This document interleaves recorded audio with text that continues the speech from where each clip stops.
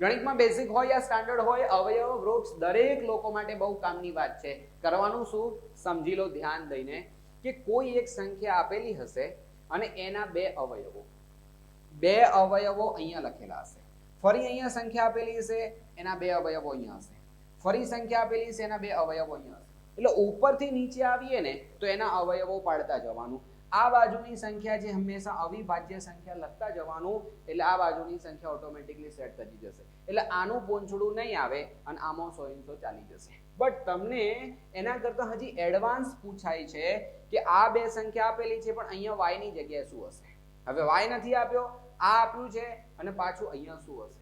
જ્યારે આવું પૂછાય કે x અને y શોધો, તો આ બે સંખ્યાઓનો ગુણાકાર આ જગ્યાએ હશે. એટલે 11 ગુણ્યા 7 કરીએ તો 77 થશે. હવે આ બે સંખ્યાનો ગુણાકાર કરીને તો અહીંયા આવે, જુઓ 7 તરી 21 વધી આવશે 2, 7 તરી 21 22 23 થઈ ગયું.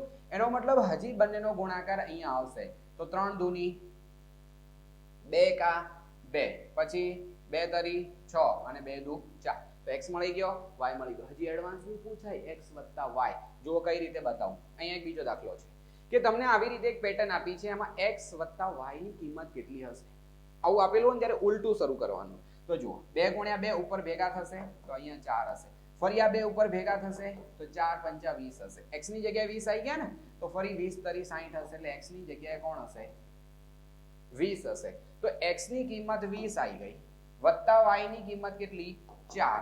તમને અહીંયા ખાલી જગ્યા પૂરવા કીધું છે, તો ખાલી જગ્યામાં કેટલા આવશે? 24. આવા જ અમેઝિંગ કન્ટેન્ટ માટે ફોલો જરૂર કરી દેજો. યુટ્યુબમાં હોય તો સબસ્ક્રાઇબ કરી દેજો. અને હા, પાસ થવાનું પંચામૃતની લિંક બાયોમાં આપેલી છે. 5 બુક અમેઝિંગ લેવલની તૈયારી કરવી હોય ને તો મંગાવી લો, ફાયદામાં રહેશો. અને હા, આવા કેટલાય વિડીયો અવેલેબલ છે, રેગ્યુલર જોતા રહેજો. રોજ ઇન્સ્ટાગ્રામમાં કામના વિડીયો જોવા માટે આવશો તો ફાયદામાં રહેશો.